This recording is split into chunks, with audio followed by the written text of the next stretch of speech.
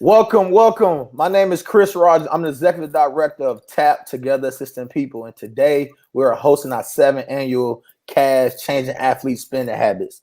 And we have a wonderful panel today to discuss the financial topics. First guest of ours, Corey Green. He has 20 years experience, 2-time state champion. He's from Calera basketball.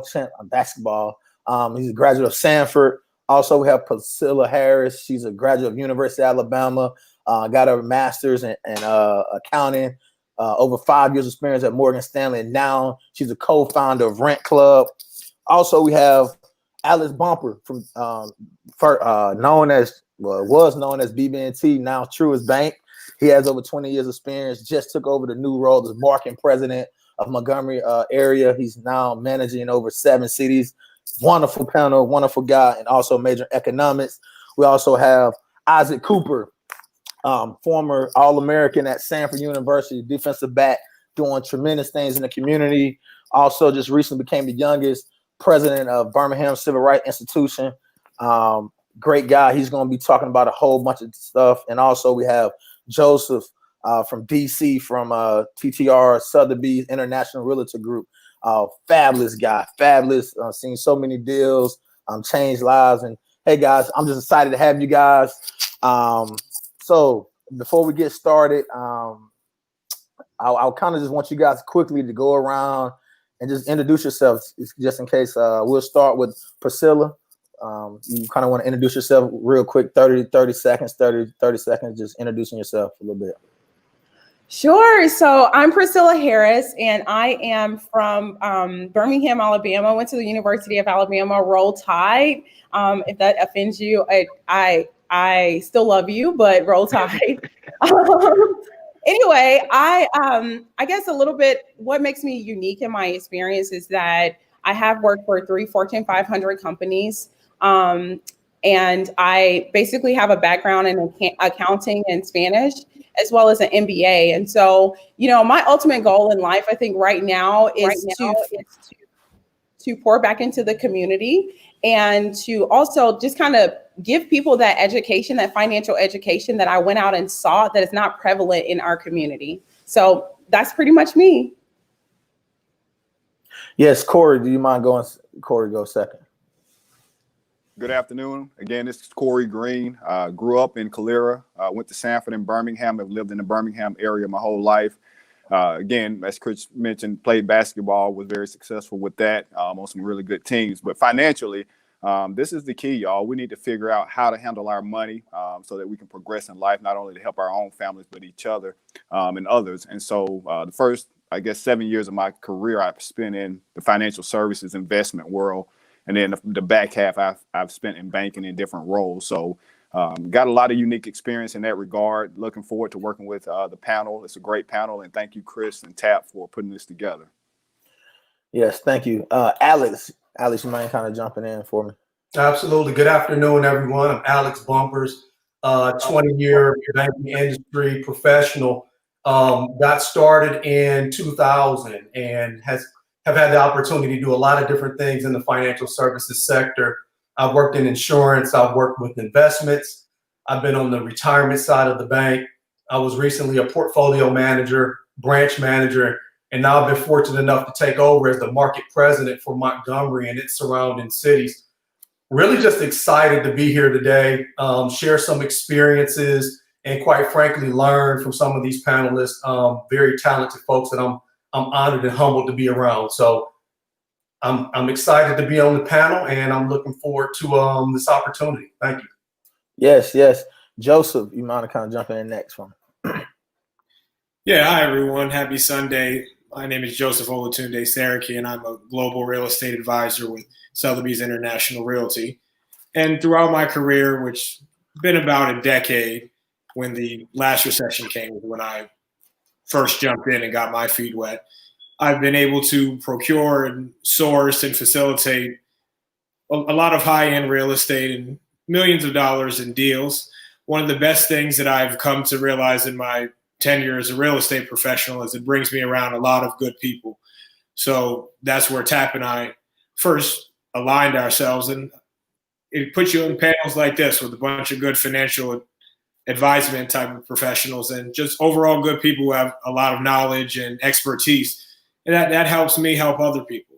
So I'm more than happy to be here today and humbled to learn by some of the best in the industry. Yes, yes. Mr. Cooper. Thanks, Chris. My name is Isaac Cooper. I'm the CEO of IMC Financial Consulting. As Chris mentioned, we do a good bit when it pertains to working with those in the financial space. Been in the industry about 8 years. What led us into the industry, to be completely honest, if it was up to me, I'd still be playing football. But injuries cut that short.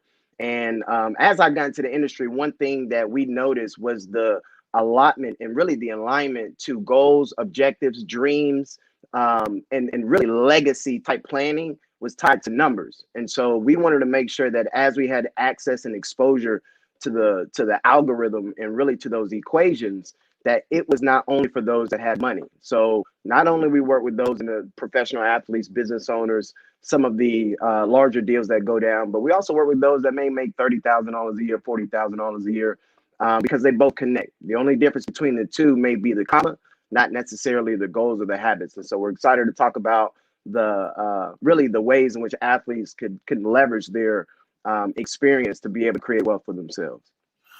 Wow, man, that's a lot. That's a lot. That's great. A lot of great information. A lot of powerful people on this panel. And I kind of just want to set the tone a little bit. You go through high school, well, elementary, middle school, and you go through even sometime college, and nobody talks to us about managing money, about wealth, right? And from an athletic background, myself being a national champion at the University of Alabama, I recall I took one class on finance, and that's a tragedy. And we start talking about a lot of our family upbringing. We're still first generation kids, so that's why in 2013 I felt the initiative to launch this program, C.A.S.H, Changing Athlete Spending Habit, and it has done wonders. And that's why I'm so excited to have you guys on the panel today. And I'm trying to, and also just real quickly, because we're kind of waiting on a couple of coaches to get in, they're having a little trouble getting in. If you guys let me know where you're from, you from Birmingham, DC, wherever HBCU, just make sure you tag and put that in the comment section. And then also today, we're going to be doing something a little different because I understand how important everybody's time is. And I want these athletes to understand we're going to be giving away $1,000. You heard me. That's $1,000 a day. We're going to be giving away to 10 people. 10 people today. We're going to give away $1,000 to 10 people, $100. And you got to do three things. One, you got to go to TAP Instagram page. That's TAP_NFP. Follow us. And then also, too, we want you to upload a video talking about what you learned today, how it was impactful for you, and things of that nature. So create a 30 seconds to a minute, no longer than a minute video telling us what you learned and tag us. And then we'll let everybody know who the winner is by Thursday at 12 p.m. So I'm kind of go ahead and get started, kind of jump into this thing. Woo, man, I got where I want to go with it, who I want to go with first.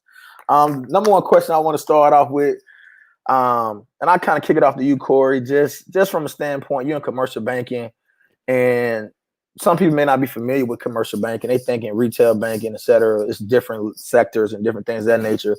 But just for me and for the audience, and I'm gonna ask everybody on the panel a similar question. Like, what has been the largest deal or transaction you have been a part of to date so far? Yeah, that's a good question, Chris. Again, commercial is a totally different animal than it is in retail and even small business banking. There's a lot of nuance to it, but at the end of the day, it's about the borrower's ability to repay. And we'll talk about that a good bit during this forum. To date, the largest deal that I've been a part of was probably about 2 months ago, a $20 million line of credit.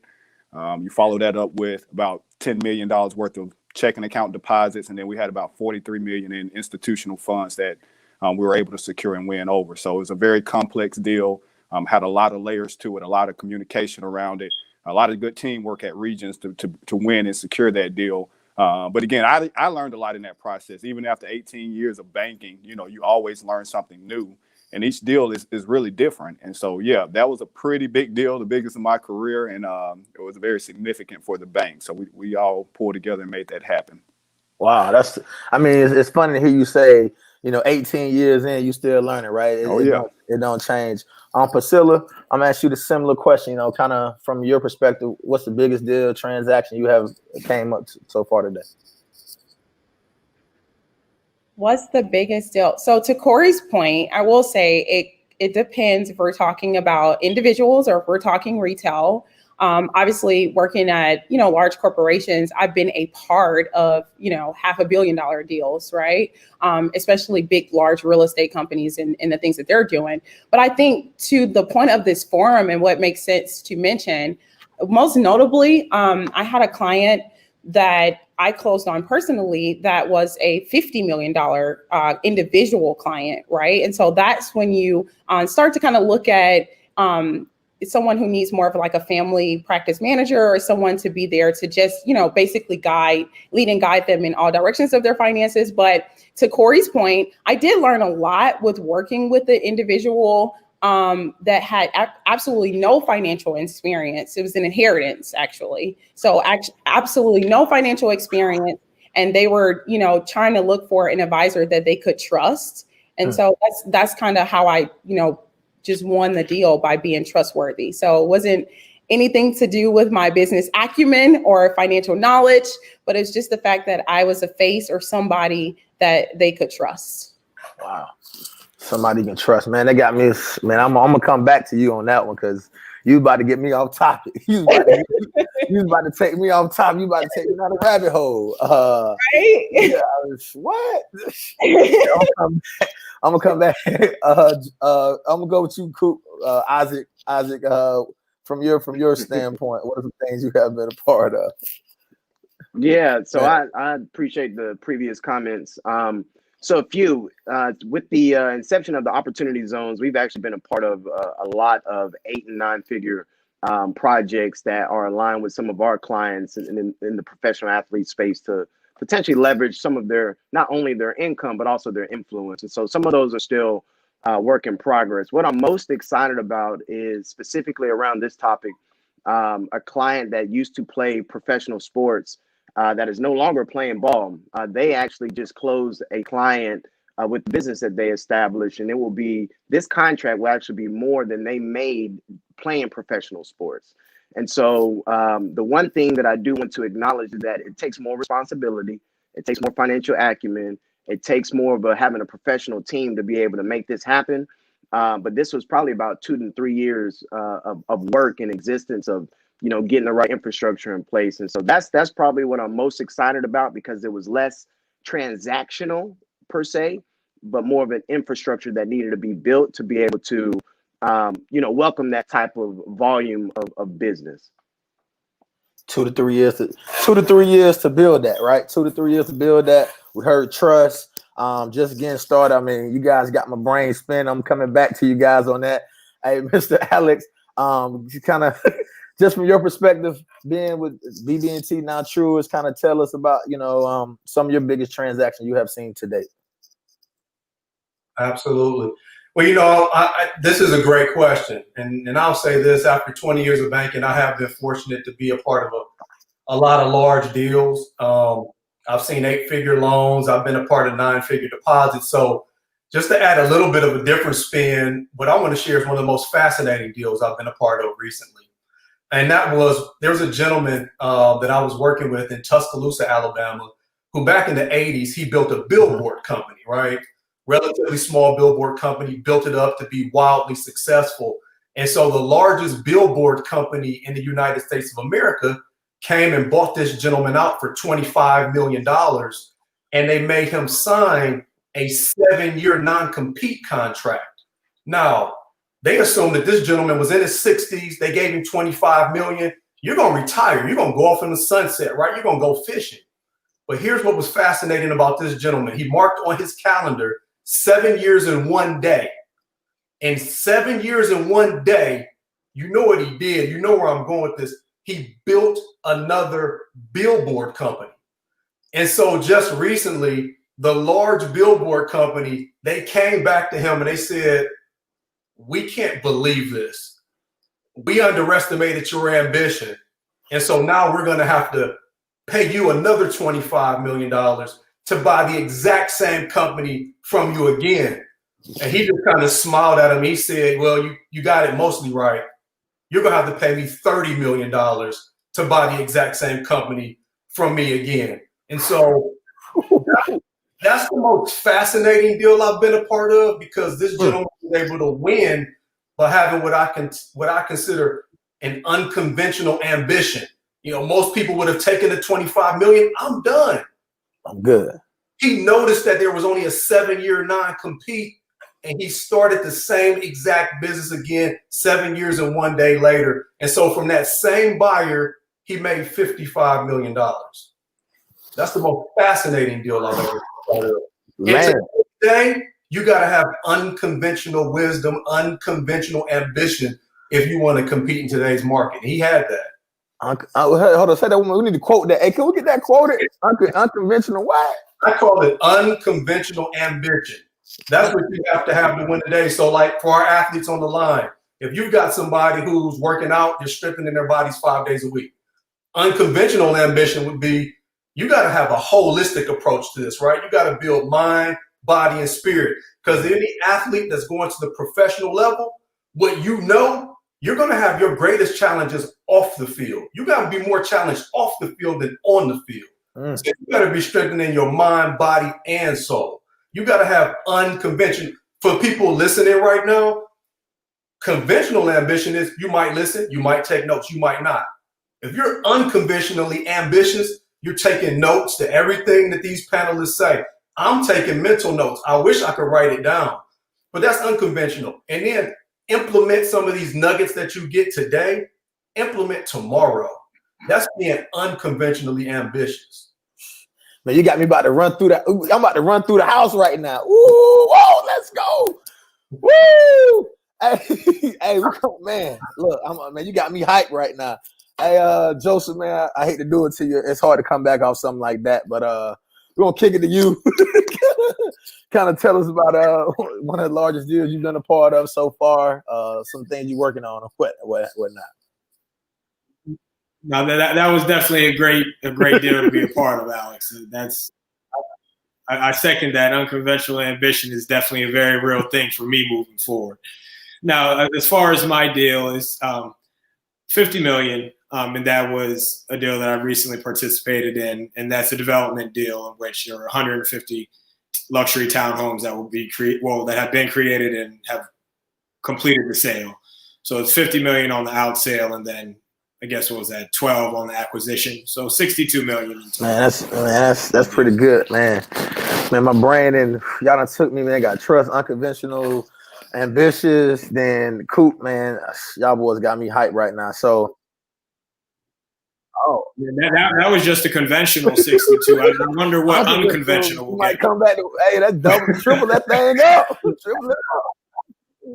Look, that's why I'm glad to be here. So I kind of who I want to go.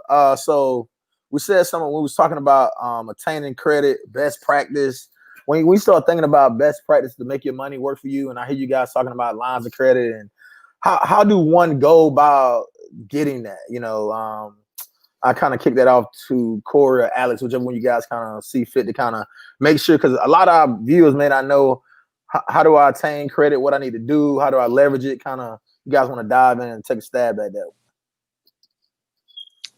Well, I'll go first because I definitely don't want to go behind Alex after that last session. But, you know, credit is something that we really didn't talk about in my household growing up or even in college. And so credit was something I kind of fell into my freshman year with a credit card. And it was about $500, but it was something that I should not have gotten at the time because I had no job. And so, again, what I would encourage anyone that's looking at credit to understand is that that's your film. If we're talking to athletes, credit is what you put on film. And so that's your track record. That's what anyone is going to look at to determine, do I need to extend this person credit? You know, if you think about your dream car, and just say, for instance, you got a dream car that costs $20,000. How are you going to get that? You know, do you have $20,000 in cash to go buy it? And if not, then you have to go borrow money. And that's where credit comes in, not only from the opportunity to get that car based on your credit, but the payments that you would have based on what your score is. So generally speaking, the earlier, the better. And as an athlete or a college or high school student, you may have to get someone else to go on with you, your parent or whatnot. I don't highly recommend that. I always say you want to start and build your own credit personally on your own. Only get what you can handle and always have a job and an ability to repay. So don't just go for the thing. You have to make sure that you're committed to the payments. And a lot of times, and I made that mistake early on in my career. I had bad credit when I first got out of college, and that lasted for about 4 years. And until I was able to get that removed, I had a hard time getting access to anything, cars, homes, anything that I wanted. People told me no. And so again, when you have dreams, goals, and ambitions, you have to understand in this age, it's hard to go out and just buy something in cash. It takes a lot of cash to buy everything that you want. And so the discipline of not being impulsive and signing up for credit cards just because they're being offered is the first thing. You have to really evaluate, do I have the ability to pay this back? And just reps. And I can leave it at this. The more reps that you have positively, the better your credit's going to be. So you want positive reps. Positive reps mean pay on time, bottom line. And the earlier you pay, the better.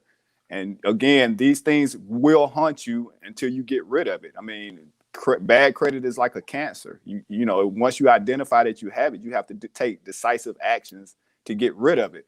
So credit is the key to access right now, unless you participate in the cash world, which I don't see a lot of that happening, and cash is being phased out right now and has been for the past few years.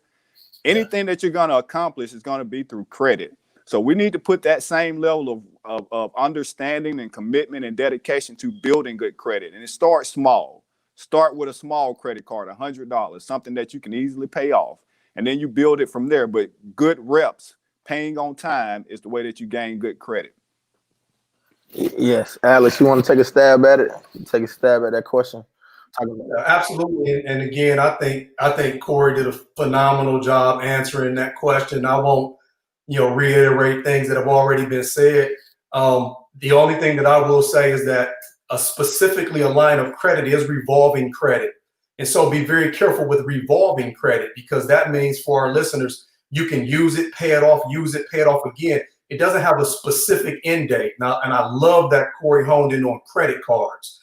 To me, one of the reasons people get in trouble with credit cards is if you think about it, when you get that car note, no matter how challenging it is to pay it, the people that when they give you that car note, they say, hey, in 5 years, you're going to pay off this car.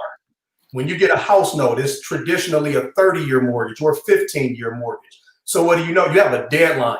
In 15 years or 30 years, you're going to pay off this house. But if you get a credit card and somebody gives you a small line, like Corey said, $500 or even more, guess what? You don't have a specific time. And oftentimes, what do people do with credit cards? They just pay the interest. And so what happens? Two things happen. One, you find yourself with this credit card, and I see you nodding your heads.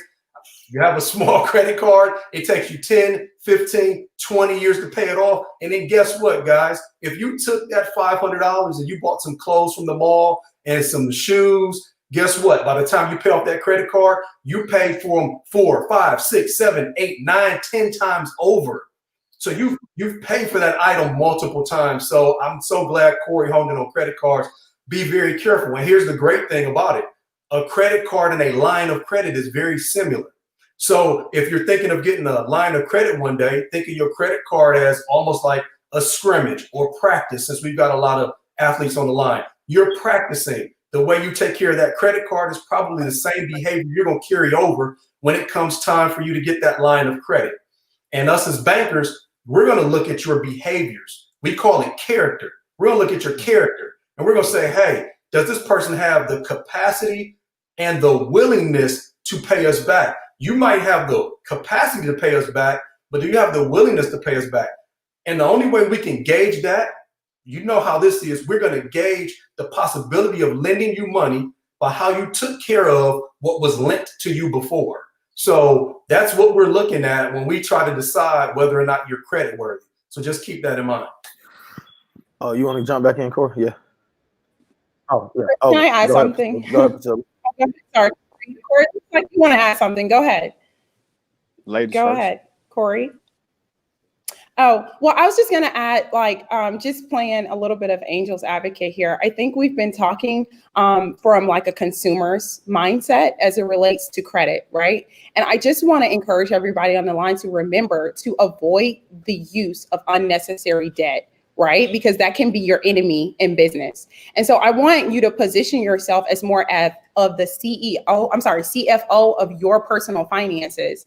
And when you're looking to make decisions about credit, right? Like the truth of the matter is, this is no matter how they spend it, no matter how great your interest rate is, when you finance something, you still have to pay for it. And I just want to make sure that is clear. And you are going to have to pay for something that you have already enjoyed, right? You're paying for yesterday's meal, you're paying for yesterday's purchase, and it's just not as exciting or invigorating as something that you have yet to enjoy, right? So you're paying for something that a trip that you've already went on. And so I think that when we start talking about credit, the one thing to remember is this, right? I think that, and I have a very aggressive opinion on this because I know from a personal perspective that debt can get you into trouble. I think that you should not be financing anything that is not going to make you money. And I know a lot of people on here is going to disagree with that, right? And I'm okay with that. But I think that if you are going to use any type of credit line, credit card, or anything of that nature, now there are some exceptions for people that use their credit cards to collect the points and then they pay them off on a monthly basis. There are some exceptions to the rule, but I think the standard that we should be setting here is that when you seek out to get credit, then you should be using that credit or that debt to make you more money, because that instead of paying for something that you've already enjoyed. So it doesn't matter what they're offering you. It can get very enticing, of course, the better your credit gets. But just remember that if you want to utilize someone else's money, make good use of that money and make sure that it's generating additional income for you. Yeah. Go ahead, Corey. I'm sorry. Go ahead. Just one quick note, and I'm glad she brought up business owners. Again, that is going to be a critical element to your growth of your business. You may have a tax ID, but your personal credit will still ultimately impact your ability to navigate in the financial world because you're going to be a personal guarantor. And finally, I'll say this: credit goes beyond just obtaining things like cars and clothing. People that are looking to hire you will check your credit. Insurance companies will check your credit. You'll be surprised who checks your credit, and that will determine whether or not they want to engage with you. So it's not just about loans. It's about how people will perceive you. And again, that's why we talk about it being your character and your track record. So you have to protect that as you build up your character. You want to protect it as well. So it's not just about obtaining things. It's also about how people will pay you and what you have to pay as well. So just know that it's bigger than just loans. Yeah.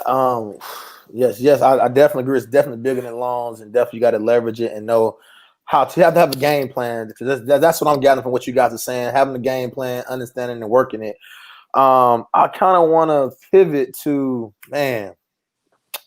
Joseph. I'm gonna pivot to you, and I asked a kind of two-part question. Can you explain to me, why such importance to buy a house? Right. And then also, what are some of the tax benefits of owning a house? Well, I would say the importance of owning a house outside of just the overall ownership concept is a lot of it is the tax benefits that you have there. So, you get write-offs for owning property and even down to whatever state is your primary residence. A lot of times you and I, we've spoken about, guys that may, you may have a guy who plays for the San Francisco 49ers, but he may be from Boynton Beach, Florida. So he's in San Francisco maybe 5 months out of the year. Let's say 6, because they go very far. And so you take teams that may not go as far as the Super Bowl. And, you have guys that are in a location for virtually a third of the year. A lot of people have found refuge in, perhaps identifying and finding homestead in places where they're from for their primary residence, be it a Texas is particularly lenient, and Florida being probably the most popular one for lower tax rates. Now, I'm not a tax professional, but it's common knowledge of these locations that are forgiving as far as state tax and federal tax, and Florida being the one that does not have the state tax, versus California, where you're getting, some 55% of your income swiped away before you even touch any of it because the taxes are so high. Yes, yes, that's great. So, Priscilla, you want to jump in on that? Because I know you got some tax background. You kind of want to jump in on that, Priscilla, a little bit. Oh, you want to pass? Say pass. Oh, Yeah, no, I mean, I think that he covered it very well with, just saying that there are tax benefits. Tax is very complex, right? And so I do want to encourage people to, one thing I would say is that I run into a lot of business owners that do not realize the benefit of having a CPA, or even high net worth individuals that don't have the benefit of having a CPA. We don't even have time on this podcast or this live stream to tell you all of the advantages there are inside of a tax code that's 1 million pages, right? And so there are a lot of benefits, but you have to connect yourself with the right person. And you have to, it is very important, just as you're looking for a financial advisor, a home, look, a wife or a spouse, you need a CPA, and you need someone that can comb through whatever you have going on that's unique to you and make you a professional recommendation, and not just, I think sometimes we like to rely on, TurboTax and things of that nature because we think we can do it ourselves. But you need your business, your app, if you're an individual, if you make sense, you need a CPA, right? And so I think that's the big message from me as it relates to tax. wow. So we're gonna shift gears, and I'm gonna kind of come to Coop because you kind of on my mind. Coop is telling me to pull you away. So Coop, a lot of people seeing the ESPN 30 for 30 going broke, and you hear these athletes when they accumulate all this money, whether it's 10, 20, 30 million dollars, and not all the time, but a large majority of the time. One of the things they like to allude to is saying, "Hey, my family and friends took advantage of me."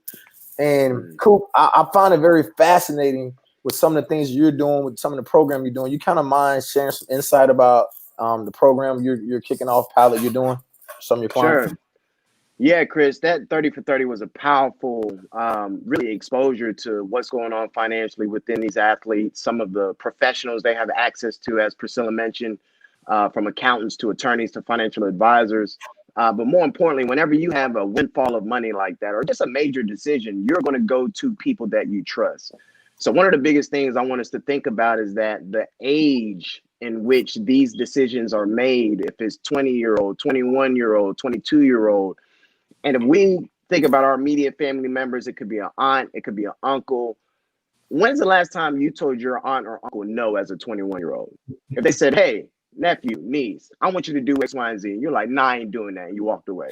Like, that's just not happening, right? And so when you think about a decision like this and the passion they have to make sure you make the right decision, some of the energy behind their willingness to help is not, there's no ill will behind it, right? So when we begin this discussion, we talked about how much access to information we really didn't have, if it's either through elementary school, middle school, high school, and college. And especially for those that have, that look like everyone on this call that has the same melanin count. If you come from the Black community, there is a history of lack of information access, and the ability to execute on this financial information, so you can really be able to observe the best way to not only handle money, but also the best way to build wealth. So we wanted to make sure that as athletes transition into this professional space, that the people that we know they're going to help, right? Before, I'm saying this and laughing, but we were able to see the draft most recently, and we saw a few folks sitting on the lap, sitting, on the couch, right? So there are some decisions and commitments that were made before they were drafted. Yeah, mama, I'm gonna get you a house. Yeah, auntie, I'm gonna get you a car. And they don't necessarily have the right information to think about taxes, as we were talking about earlier, right? In the best way to manage their money and the different fees they have to pay from their professionals. So with those commitments in mind, knowing that they want to help their family members, we said, okay, yes, we work with athletes, but before we can hone in on an athlete, let's identify the family members they are going to help financially. If they want to buy a house for a mom, if they want to pay off credit card debt for pops or for a little brother or whoever it may be. And so we've been working with the family members that essentially, and Priscilla could allude to this, when you're working with those that make $5, $10, $15 million a year, there is a level of professionalism. There's a level of intensity that someone is going to have when looking at your finances. But if you make $50,000 a year, you may not get that same energy, right? And so we wanted to bring that same amount of professionalism, energy, but more importantly, transparency to ensure that as the athlete wants to help mom or uncle or sister, we can do it in a manner in which empowers the family member.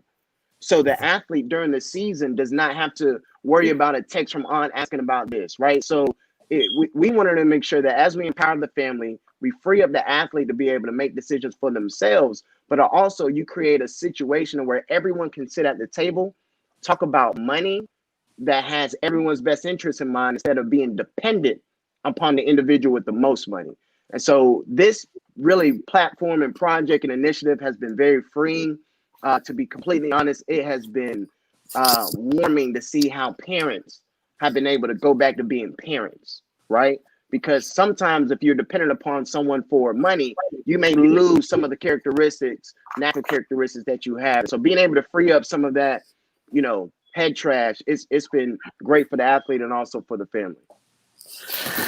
Yeah, because that thing pained my heart. I've been a part of a couple of NFL drafts in New York, and I seen the family in the green room, and everybody's there and excitement. But then also it kind of make me almost sad because I know a lot of times it's probably the last time they see that person, last time that person answered that phone call, and that's the ugly side of this game. So that's why, if you able to, one, help your cousin or brother, whoever, kind of learn how to create some skill set, entrepreneurship, some businesses, some best practices to get their ducks in a row. So that's why I love a guy like LeBron James, what he's been able to do with his team and his staff, and kind of like I say, unconventional. He's definitely has been doing that. And what I'm thinking about off the top of my head, I want to come back to you, Priscilla, because you kind of the way you're talking, I want to talk about some things that you may be doing. You have financial background, but also some passive income. How do you create that? I have people tell me all the time, athletes say, "Hey, bro, I got $500,000. I'm trying to figure out what do I do with. What are some businesses or some things I should be doing as far as financially or passive income that I kind of can, you kind of can lean heavy hand on." What you think? Hey, see, before Priscilla jumps in on that, I do want to make one last statement. Okay. If there's any business idea, any type of aspirations on money being received, so if you're an athlete, you have money, and someone says, "Hey, I got this business, I have this idea," don't respond, don't say anything until they put it on paper.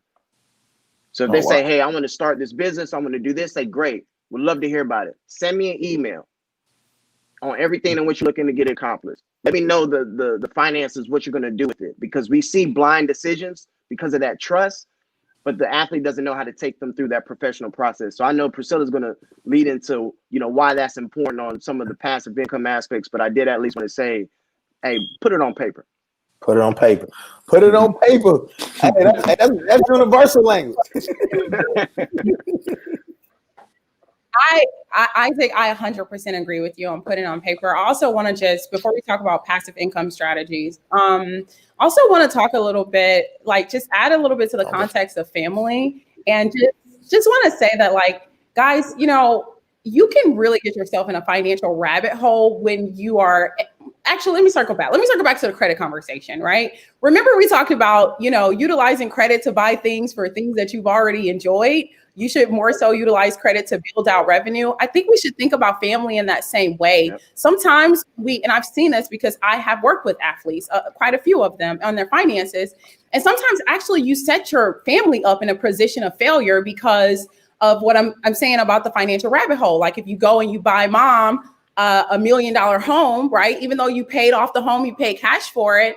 A house of that nature also comes with maintenance expenses that they have to upkeep the house, which now becomes your financial responsibility because you have not created another source of income for them to pay for anything that you just purchased them. Same thing with a car, right? You can go purchase someone a car, but at the same time, if something breaks on a luxury car, it is 3 to 4 times more expensive to service that car than it is if they had like a regular car. So That also leads to the next thing when you're assessing passive strategies. Everything takes a little bit of research before you get into it. And so same thing that Isaac said, make sure that if you're investing with anyone on anything, you make sure they get it on paper. But I'm going to take it a step further.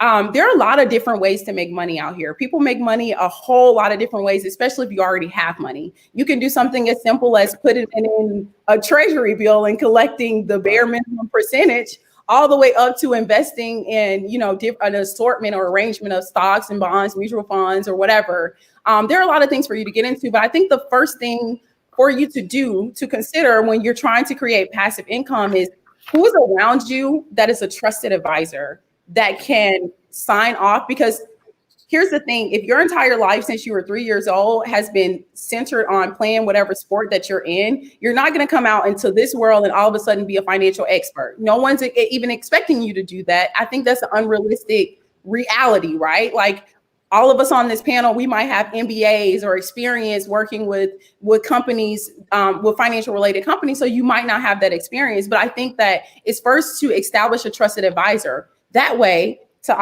Isaac's point, if cousins say, hey, I got a barbecue business that I think that you should invest in, you need to be able to run this business by somebody that can look at your revenue, their expenses, and see if this is a profitable business for you to get in. So I think establishing those trusted advisors is the very first thing that you should do if you don't have any financial or business acumen. But again, there are a lot of different strategies. There's money to be made in the real estate business. All of these worlds are just markets, right? Like a market where somebody is selling something, whether it's services, whether it's tangible items or property, whether it's stocks, bonds, mutual funds. There is a lot of ways. And if you want to know more of those ways, you can definitely contact me. You should have my information already.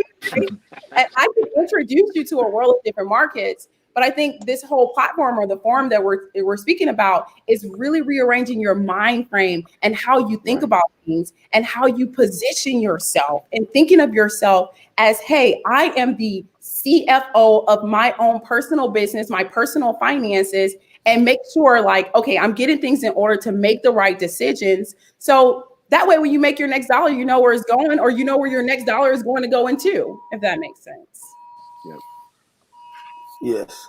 Who had some? Alex, you had something to include, or was it Corey? Corey. It's Corey. Hey, just wanted to add, just piggyback on those items again. For the athletes or the young people on the phone, we're not telling you to disregard your family. The folks that have been by your side the whole time, supported you, invested into you as you've developed. What we are saying is that just because you love someone and they love you does not mean that you're going to make a financial decision together that's going to be prudent.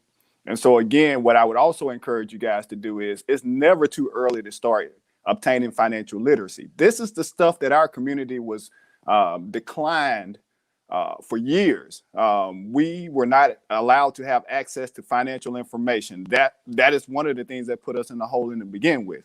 But now we have access. I know Regions Bank has a lot of financial literacy tools, next step programs. I know Truist, BB&T has the same things. Issac does a lot of financial literacy, and it sounds like our other panelists do as well. So you don't have to have money to get this education.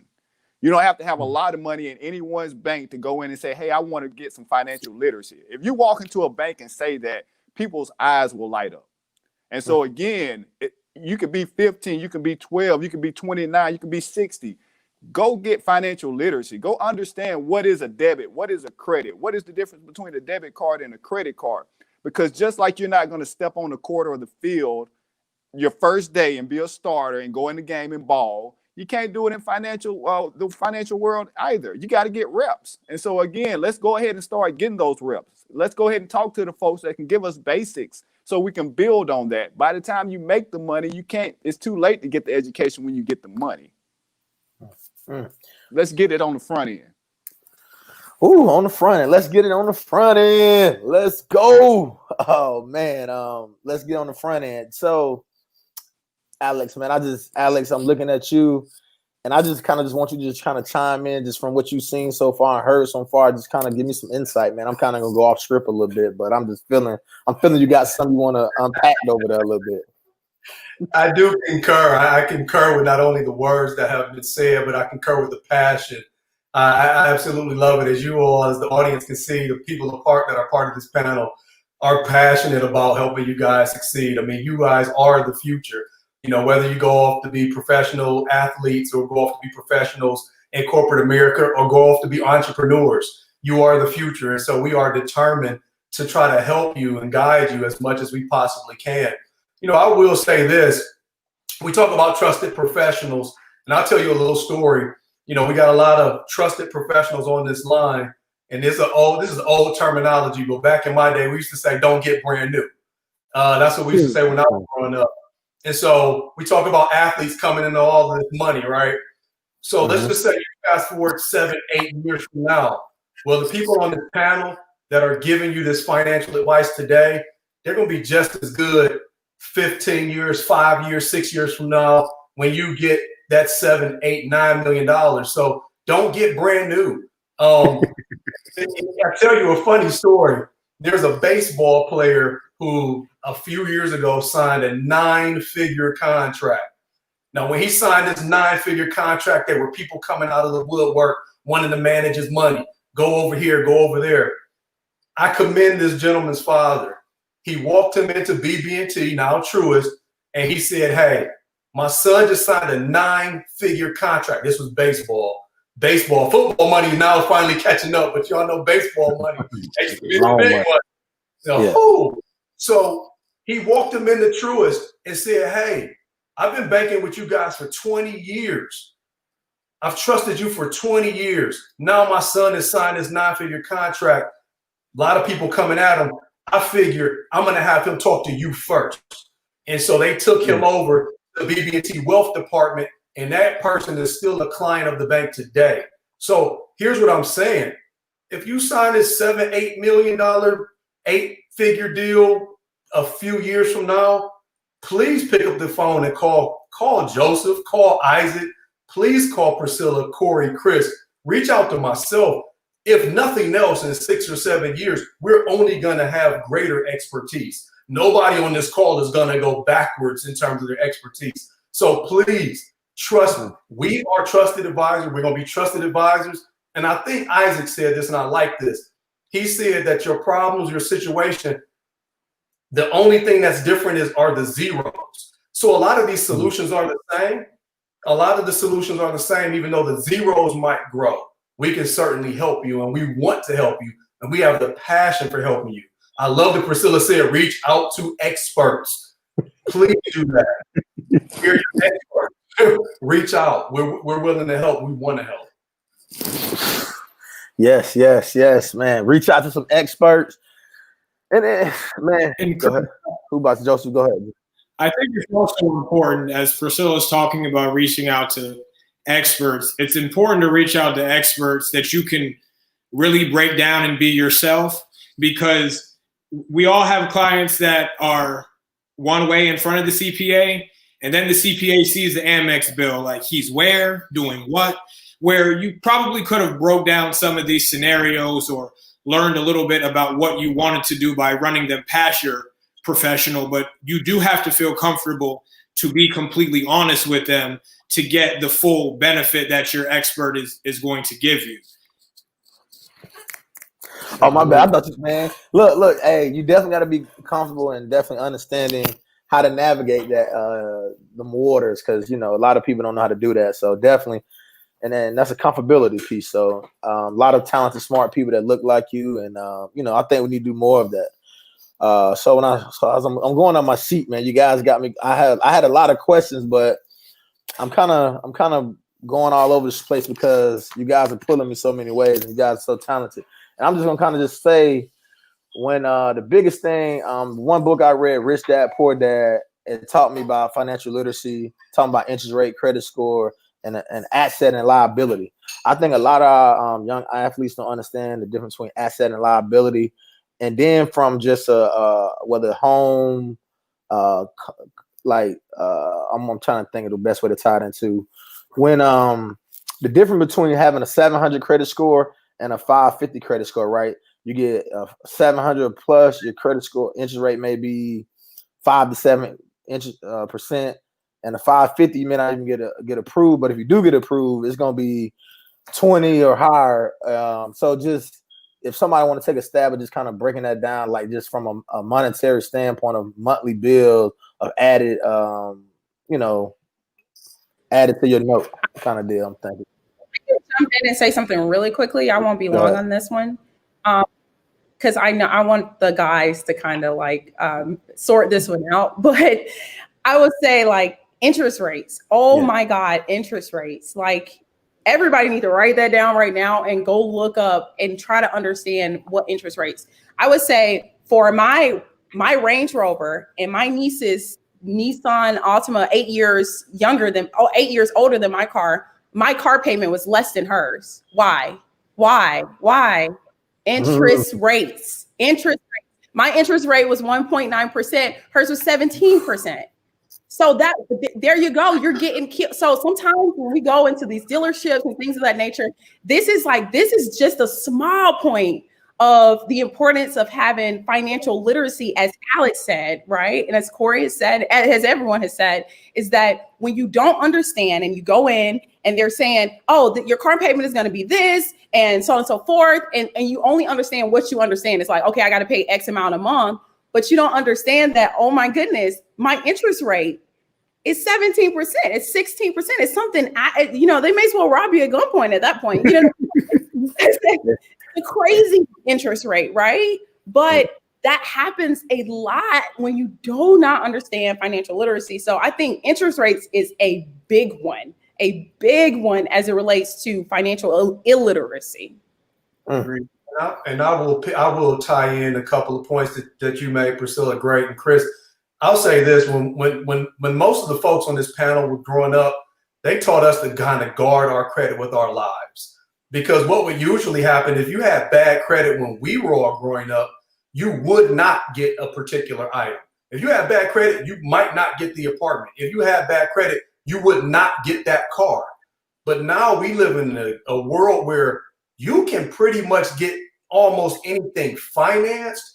As Priscilla's saying, as Chris is saying, you're just going to pay an exorbitant amount in interest. So now you have not just your traditional lenders like Corey and myself offer.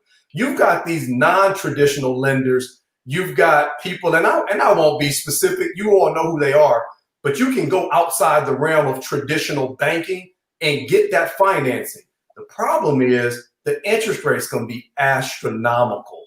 And so that's how you get an example like Priscilla with her Range Rover and her niece with the Nissan, but she's paying less for the Range Rover than the Nissan on a payments basis because of the interest rate. So just know that in this day and age, you can almost get anything that you want, but you're just going to pay for it multiple times because of that interest rate if you don't guard your credit. Yes, I want to piggyback off something that I think sometimes get overlooked in our community. When you look at, of course, talk about redlining and racism and all other stuff, but like the financial game, if you don't handle your business properly, you can feel like it's racism because you're gonna get denied, slapped across the face every time. And then also too, I think it's important for the young athletes to be trying to help their parents understand. And it's a tough conversation because I have it currently with my mom and trying to talk through her some stuff because half of the stuff is passed down. And I'll take it further to make it even more personal. And why I care about finance so much. Like my grandmother taught my mom some bad habits. So what do my mom do? My mom at the time, she was going through a divorce, trying to figure out, she put a cable bill in my sister's name. And now 15, 20 years later, my sister's trying to start her own hair salon.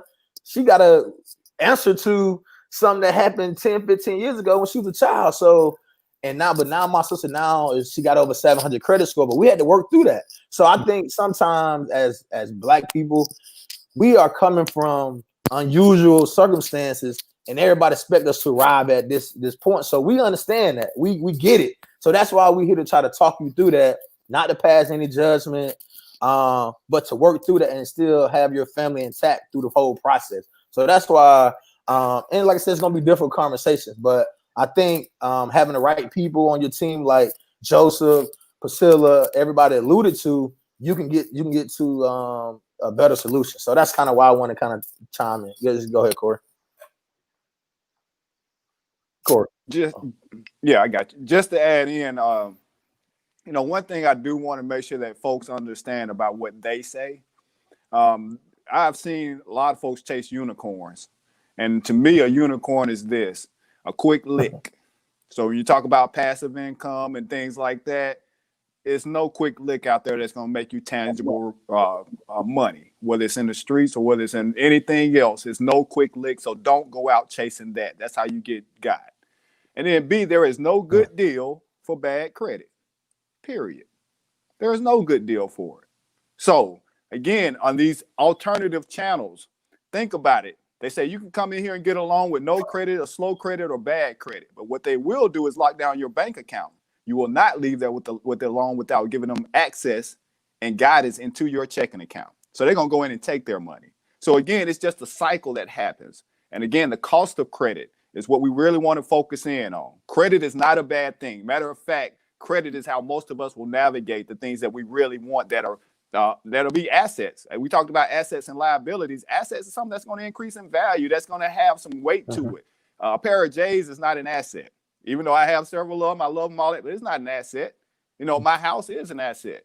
You want to invest in things that will increase in value. So as you look at what's important, we don't want to be impulsive on just going out and doing things without thinking it through and really getting the information that's going to help us make the best decision. So there's a lot of wisdom being spread around on this forum today. I really appreciate the nuggets that are being dropped. I hope that everybody really focuses in on, hey, the decisions you make now, right now, 15, 16, 17. Back in the 80s when I was growing up, folks put stuff in kids' name all the time. I still don't know how they did that. And they're still reaping, they're still having to fight through that.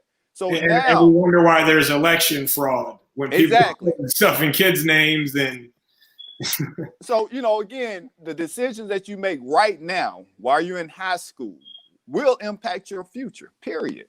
So financial literacy, financial education, go out and educate yourself. It's free. It's free. So please do that. Yes. Quick comment, C. I know one thing, whenever I graduated college, I thought I didn't have to read anymore, right? Like, okay, I'm done with that. And I think probably the biggest misconception as we have aspirations to play NBA ball, NFL, NHL, whatever it may be, baseball, is that we forget the student athlete part. Like we feel like after we graduate, the student part drops off and we just be an athlete for the rest of our lives. And it's really why I'm a bit frustrated with why they use the term career with the NFL, because career gives you a false sense of security. Career gives you, the thought process as if you're going to keep making that money ongoing. It's more so an experience, right? Like and I like what Alex said earlier when it pertains to, loans and credit. Like there's a deadline to being an athlete, but there isn't a deadline to being a student. And so when we think about financial literacy, we have to have that same energy, right? So you have financial literacy, which is having an awareness and an understanding of the information and the terms. Then you have financial wellness, right? What does money mean to you emotionally when you think about money? Once you get there, you have financial coaching. Just like whenever you go to the gym, you have a trainer, you have a coach that will push you through certain decisions that you want to do by yourself. Then at some point you start making some money, then you have a financial plan, right? That's going to tie into some of the assets and liabilities. Now those terms start making sense. Then you start making some real money. Now you have a financial advisor. You need financial advice because you're investing money in the market. Now you're starting to get a house. You may have a couple of properties. Now you may have a business. Now you have some wealth. Now there's this wealth management. So there's these steps that you go through naturally, but if you are an athlete and you didn't even get the financial literacy and you jump into a wealth management arena and then not have the professionals to give you the advice that you trust, and as Joseph said, that you can be real with, like I ain't gonna tell you everything if I don't rock with you like that, but I may just share a little bit, right? And so I think as we look at and embarking this journey, right, and this hunger and this appetite to be financially literate, but also have this wealth, we cannot lose track of the fact that we got to keep learning. I'm working through it now. Again, as I said, if it was up to me, I'll still be playing ball. But I have to, the same way I work out my biceps, triceps, or I do cardio, is the same way I got to read information on real estate. on finances, right? On spiritual development, whatever it may be. So just think about this as a gym and a workout when it pertains to building yourself. It's just from the neck up, right? Before it's from the neck down, right? But now it's from the neck up. So I just wanted to add that context as we think about this financial empowerment movement. Also, we got probably 30 more minutes, and what I want to do, if we got some questions that people have dropped in, I would love to kind of get to some of those questions, because I know got a lot of people out there asking a lot of good questions. Feel free to, John, we'll take a couple of them, and then also too, for me being a former athlete, sometimes I let it tell people from a standpoint of these athletes, they're 21 years old to 26, right?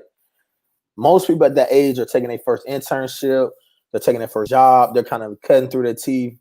But these athletes are making probably the highest they're ever going to really make in their life, because there's nothing they really can do that can help them make 3, 4, 5 million with just coming out when it's all said and done. And I think everybody else is on an upper spiral. So I think in context, if you're able to have the right team of people with you and help navigate you through that piece, you'll be successful.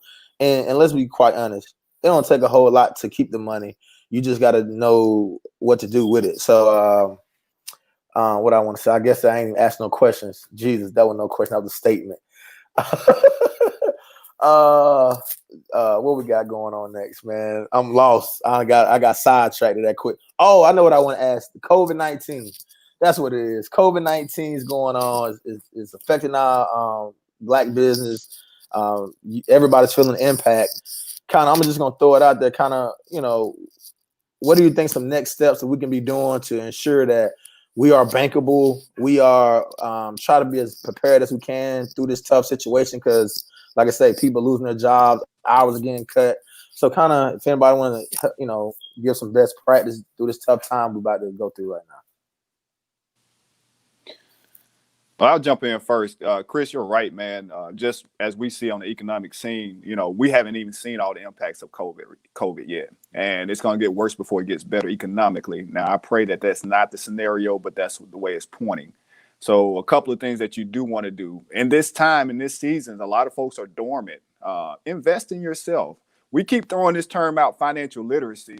It's really just understanding money, how to handle my bag, and it's not that deep. You get the basics first, and then you build on that, like Coop said.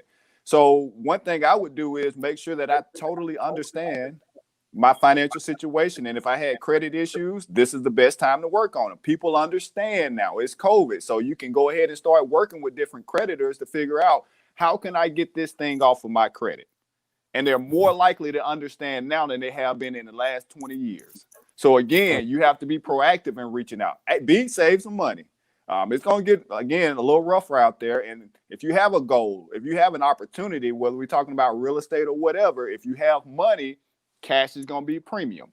So things will be on sale. Things will be discounted. So you can be ready to take advantage of an opportunity if you have positioned yourself correctly. And then B, or C, you want to make sure that you're continually adding value. Companies are going to have to make tough decisions, whether you're, a self-employed person or whatnot.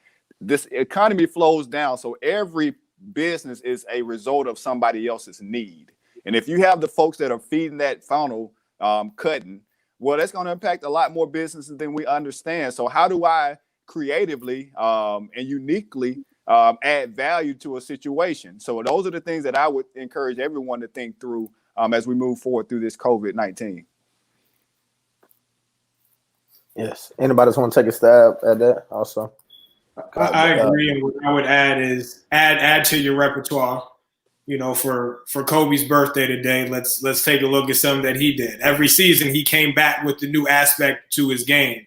Didn't matter how difficult it was, or whether it was age or whether it was injury. He always found something different to add to himself to become a better player. So you have to look at it with your business, or even I'll even speak to people as employees, because people who own businesses typically possess the type of traits that allow you to go after things. So it's a little bit harder to slow people like that down. So let's start with the employee. If you were going into work 40 hours a week for $90,000, you might want to understand that maybe you should get in there 45, or maybe you should create some type of relationship within your day-to-day that has you more necessary in the daily function. Because what goes on with tech, and it's a very sexy industry, and it's really been displayed at the forefront of COVID, but it really takes and it reaches at everybody's bottom line, whether it's coming in for, a job and a starting salary, or whether it's being compensated for your services. So you have to really decide within yourself, what am I willing to do today that I might not have paid attention to last week? Because it is going to become very real. And if you can't do more with less now, I believe people will start to see a sharp decline in what's actually available. So my tip would say, really get unconventional. And it's not my tip, it's my guy's tip right now, but it is the truth. Get very unconventional, but please pick up some ambition with that too, because without it, it can get rough. I would say to piggyback on what you're saying, Joseph, is that so for COVID, we have to realize we're in a recession, right? And like when it rains, either it waters your flowers or it ruins your hair. Okay. So when you're in a recession, a lot of times the most millionaires come out of a recession because it creates a lot of opportunity, right? But it depends on which side of money you're on. If you're on the right side of money and you have a savings and you are able to keep yourself during this time where you're not making a lot of money, but you have opportunities to invest. Well, this could be your opportunity to propel yourself forward, because it's one of the greatest pullbacks in a lot of markets, right? But if you're on the wrong side of money, where you're kind of finding yourself struggling to figure out how you're going to pay for things, this is one of the times where you have to think it's teaching you a lot, right? It's a great learning experience where it's teaching you how to prepare for the rain. So during this time, we should be building a shelter, building a moat. One of the unique opportunities that COVID provides is that nobody can go anywhere. So that's a good excuse for you not to spend money and start building that moat. So the next time a recession or something of this nature happens, you're ready to take advantage of the opportunity, because regardless of what the catalyst for it is, there is a recession about every 8 to 10 years, right? Yeah. Well, although this feels like, this feels tough, it feels like the end of the world. So was the great financial crisis of 2008. So was the burst of the tech bubble in 2001, right? And so on and so forth. About every 10 years or so, there is a recession or recession-like something that happens. And if you're prepared for it, then you can take advantage of those opportunities and buy things at a discount. Right? But if you're not prepared for it, then it puts you in a different situation. And so just looking ahead over the next 10 years, once we come out of this, there's likely to be another recession and maybe even another depression. And so you should take notes from this particular one and prepare yourself for it. One question I do want to ask the group really quickly, I think it was Coop that said something about the importance of reading. And I know Chris mentioned reading Rich Dad, Poor Dad. While we have a group of really intelligent individuals on the line, I would like to know, is there anything that you guys are reading or that you will recommend the audience reads in terms of getting more financially literate? And I would say maybe layman's terms, or maybe not, just anything that you're currently reading or that you would prescribe to the rest of the group. One of my favorite authors is Malcolm Gladwell. I would highly suggest reading his book on David and Goliath. It of course ties back to the popular story David and Goliath from the Bible, but it gives some great business insight as to how small business people can compete with some of the large giants. And I think even a giant right now, the elephant in the room is COVID-19. So we could probably learn a lot from Malcolm Gladwell's book. Another book that he has is Outliers. Kind of how you become that anomaly. How do you succeed when the odds seem stacked against you? How do you succeed when the statistics say you're not supposed to succeed? Many of us on this call have done just that. So that's one of my favorite authors, a couple of my favorite books that I would recommend you guys read. Yeah. I've got this book right here. Maybe It's You. It's just a book about how we're the only ones in our way, and a lot of where we get short stopped is within ourselves, either in things that we're holding in our mind, running ourselves in circles or things of that nature. I like it because I'm big on self-accountability and what I can do to change my own situation opposed to waiting for someone. I need to get my book. Yeah, for me, Priscilla, I read the Bible. I know that may sound old school or whatever, but that's the only thing I'm reading every day. And there are a lot of principles in there that help us operate better. When we talk about character, we talk about integrity, we talk about investing and reaping and sowing and different things, and even business. And so these guys have mentioned a lot of good books that I have seen. But for me, that's my go-to when I need answers. Hey. And if I could jump on that question, the book I'm gonna mention is funny. I'm glad Corey shared that. I think we were headed to lunch somewhere, and Corey said, "Man, I heard this Power Brother speak. Man, the only book I read is the Bible, bro. You read that, and it was John Hope Bryant. It was How the Poor Can Save Capitalism. And to be completely honest, that was actually the first book I read from start to finish, and this was post-college, as I mentioned earlier. And the reason that book held my attention is because it shared the story of the Freedmen's Bank and the Freedmen's Bureau. And I won't get too deep into the specifics of it, but that was a very triggering book to what we see today and some of the passions that we have. So C. Green, appreciate you for that, brother. Yes, sir. Priscilla, did you say your book already? I'm sorry, I might have missed you. You said your book, Priscilla?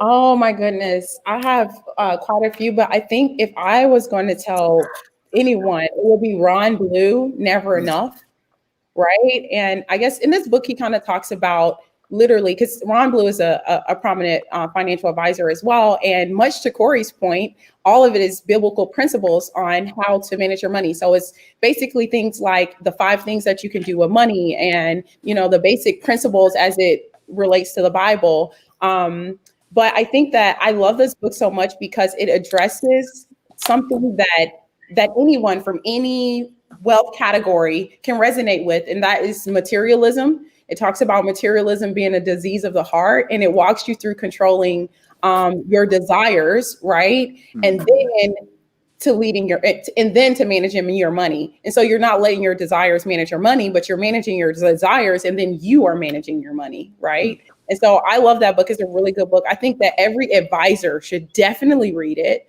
And then it's especially, people that are on the call, like it's a life-changing perspective. Wow, those are some powerful books.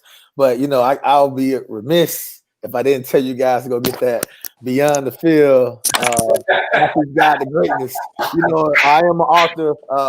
It's on Amazon. We got it for under $20 out there. Parents, young athletes, Beyond the Field, man. Oh, yeah. Cheat sheet to life. You want to understand about this financial literacy, get a deep dive, understand the recruiting process, decision-making skills, So yeah. Hey, social media, your brand, it's right there for you for under $20. Beyond the Field at Amazon. Best book I've ever read. Besides the Bible. I do have that one, Chris. Now I do have yours, so we're in good shape. I like that. I love it. Also for my people who's listening, if there's something that you wanted to cover that we may have missed for our next panel, our next discussion, for the next C.A.S.H series, Change the Athlete Spending Habit, please put in the comments. We want to try to get to you. And also, too, guys, I want you guys to remember, we're still giving away that $1,000 a day. We need 10 people. Well, we're going to give 10 people a chance at $100. Go follow us on IG, tag us, and we'll definitely cash app you the money. We'll let you know about Thursday. So $1,000. We're giving away this good money. So yeah, anybody want to take the lead? I'm kind of sit back and let you guys take over for a second. What next? Yeah. So anybody kind of want to? I know we're about to get ready to wrap up. So anybody want to say anything or kick it off? Please feel free to jump in. You guys are great. I want to plug in the Rent Club. That's all. That's our family business. Yes. That's all I want to say. I want to plug in the Rent Club. Follow us at the Rent Club on Instagram. We're out here changing the game. We're out here buying back the block. that's There you what go. we're doing. We're buying Black the Block. So me and my husband, we run the business, and that's pretty much it. How many properties you guys have so far? A little bit. Tell us a little bit more about it. You know, they need to know about the rent club. You know, they're trying to get in on it. To be honest with you, I don't know, but a good guess is between 15 and 20 properties is what we have. Okay, So all in the Atlanta area? No, all of them are not in the Atlanta area. And in Alabama as well. Okay. Alabama, and then we have business partners in Florida as well that are working on new builds. Much to Joseph, I think you were talking about the new build space. Yeah. And the deal that you closed on, that was the new builds, right? Yeah. So we have a business partner down in Florida that's doing new builds as well. So that industry is doing very well in COVID. I mean, builder numbers are up, builder confidence is high, people are still buying. So that's an excellent line to be in. Yeah. All right. That's all I wanted to say, guys. Yeah, I'll be quick. I just want to encourage all the young athletes and the coaches on the phone. You know, when I was coming up playing basketball, I was laser focused on my craft, you know, competing, trying to get better every day. I spent a lot of time with that. And I made a lot of decisions around my goal of getting to the next level in my sport. And that helped me decide not to go do this or not to go do that and not to go put this in my body or whatever, especially when I was in, high school. And so, again, what I'm getting at is we have to make financial literacy a priority, just like we do improving our skill set. It makes no sense to put that type of work and effort into a skill that you want to produce income for you and not know how to handle the income. The income is the end game, or the education is the end game, or the championship. So you want to make sure that you put the same priority. It does not take the same amount of time and intensity that it does to finely tune your body and your skill set. But it does help for years and generations. I'm no longer an athlete. I got trophies, I got rings and all that stuff, but I'm not an athlete, man. If I even thought about shooting ball, I'd cramp up. But what I have is now a skill set and an understanding of finances. And that's way more valuable than whatever I've done in the past. That was just a season in my life. So you guys are in a season, like Coop said, you probably have an experience more than a career. And so what else can you do that's going to take you beyond 20, beyond 30? And so that's what I would encourage the coaches to make it a priority. Speak to your kids about this stuff. You kids, athletes, go talk to your parents about it. I now help my parents and my family with financial decisions. And so, again, it's something that can not only impact your life, but benefit your whole family, your whole block. People will look up to you and ask you questions. So please understand that. Please make it a priority for you and the betterment of your community. And use your leadership outside of the sport as well. So, we spoke about the 30 for 30 broke episode. It's one of my least favorite ESPN episodes because I really think they just made the guys look like they don't know what they're doing, when in all reality, there were some bad people around them who had credentials. Right. But take your leadership outside the field. If you've got two cousins and a best friend, start to learn what everybody's good at. If one of your cousins is good with cars, maybe that's an auto dealership, or there's a detailing business behind that, or there's some type of way that you can leverage not only your brand, but your money as well. And that's where you should be putting your finances with the right type of professionals, because there's a misconception that wealthy people pay for the businesses that they want to start, when in all actuality, that's not the truth. They just have the money to back it up, and somebody believes in them that they can get that concept from start to finish. So start to incorporate your friends, start to incorporate your family, because that's what's going to be with you while you're in the sport and while you're outside of the sport. So start to look at what you like just generally outside of basketball or football or baseball or whatever it is. And now's the time. Think about that as a business that perhaps you can have some professionals guide you on, let you know the ins and outs of, and that you can have some people that are very close to you that you can trust to run the business. Because I do believe that you do have to stick with the people that have stuck with you, because that it just typically works well down the line when everything goes right that way. But I think the guys should definitely look, men and women professionals should look to leverage their their name and also their finances. And they should talk to the proper people about doing that and how they can get that done. Yeah, absolutely.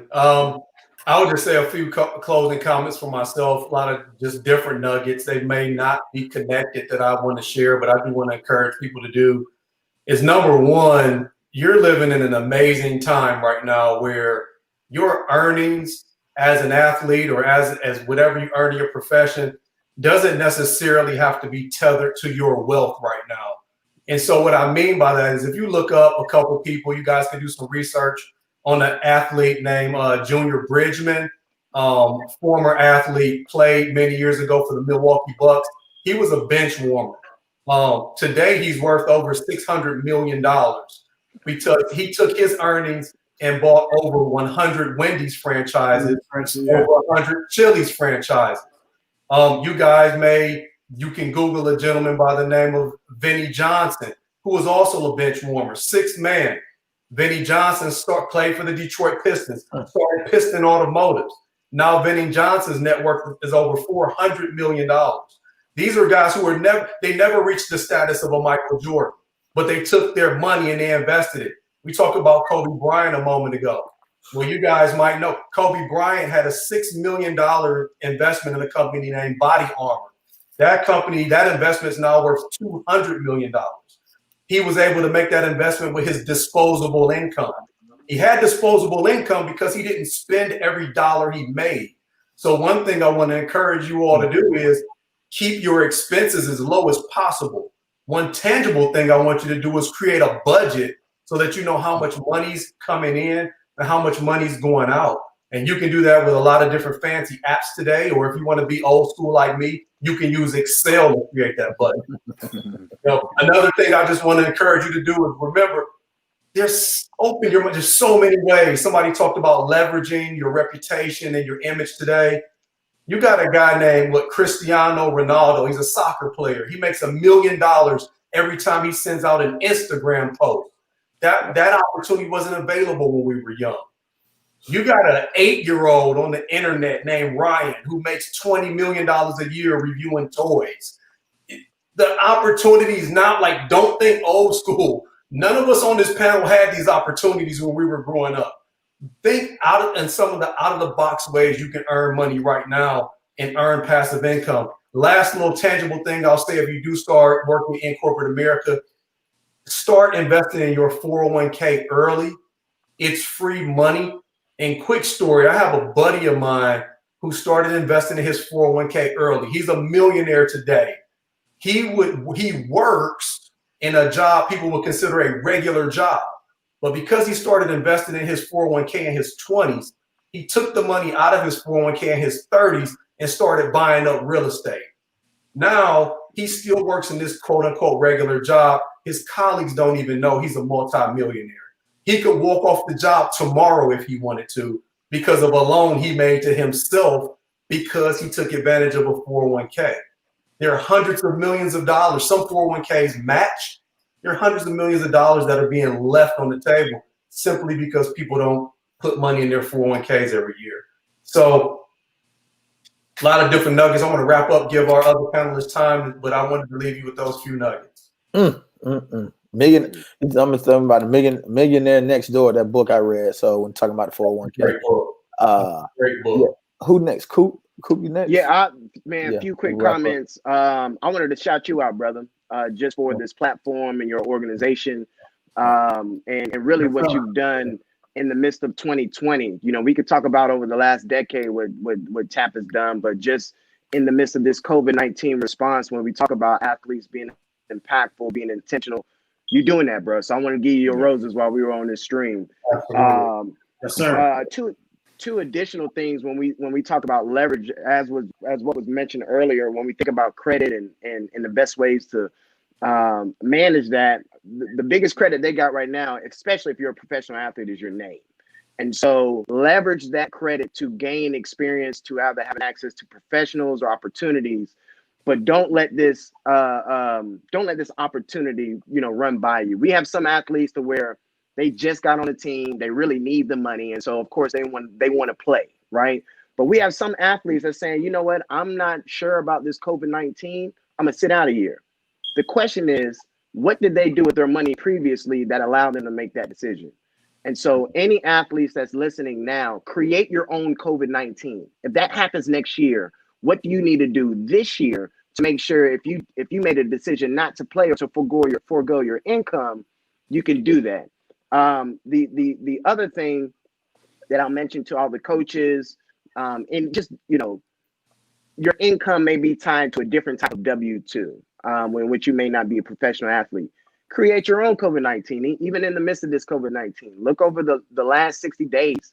See what your spending habits have been like. See if you DoorDash a little too much. You know, you may Grubhubbed a little too much, right? Like, what type of habits do we need to address? And then what type of savings can we implement? If kids weren't in school for 2 to 3 months, can you set some money aside? And so Alex mentioned it, the habits and the decisions don't necessarily change.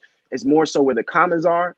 And so even though we look at professional athletes and say, you know, as Joseph mentioned, I feel like they did athletes a disservice just by focusing on them and not necessarily holding their professionals accountable that they've had as well. But the same way we say, man, how did they spend all that money? We do the same thing, right? And so again, they say, man, they spent, you know, $50,000 on this meal. Well, you spent $5,000 over the past couple of months on, you know, on a series of meals. And so we all have the same type of problems that we're addressing. We just got to hone in and be specific about it. And so, Chris, thank you for the platform. Learned a ton from our panelists, and hopefully those that's been viewing, it's been impactful and helpful for you as well. Yes, man. We learned so much. We cover a lot of topic, but it was necessary. And like I said, to continue to gain information, please follow us. Go to our website, tapnfp.org. Like I say, somebody gonna win these $1,000, $100, 10 people. Make sure you tag, repost this, reshare this, and thank you guys for rocking with TAP. We appreciate you. Oh yeah, there you go. Yeah, there we go. To all the good information of the cash giveaway, changing athletes spending habits. Let's go. See you guys next time. Follow us. Love you guys. Yeah, it's been real, everybody. Roll Tide. I am a leader. I am a leader. Nothing can break me. Nothing can break me. I value my education and my family. I value my education and my family. I am more than just an athlete. I am more than just an athlete. I am not entitled to anything in life. I am not entitled to anything in life. I am responsible and trustworthy. I am responsible and trustworthy. I control my own destiny. I control my own destiny. I set goals and strive to reach them. I set goals and strive to reach them. I am a game changer. I am a game changer. I will uplift my community. I will uplift my community. One day I will be a great husband and father. One day I will be a great husband and father. And I will pay it forward for my grandchildren and leave a legacy. And I will pay it forward for my grandchildren and leave a legacy. I am a champion. I am a champion. Chris Rogers, he came over to my school and really gave me constructive criticism on the things I need to say. With the third pick in the 2019 NFL Draft, the New York Jets select Quinton Williams, nose tackle, Alabama. And I'm Ruben Foster. I believe in TAP and I support TAP. I'm Mace Fitzpatrick. I believe and support TAP. I'm Leslie Cotton, and I support TAP and I believe in TAP. I say TAP changed my life. When I first entered the program, I had a 2.5 GPA. Now I have a 3.0, and I plan on joining the National Honor Society this year. Outstanding program that Chris did. It really had an impact on my son.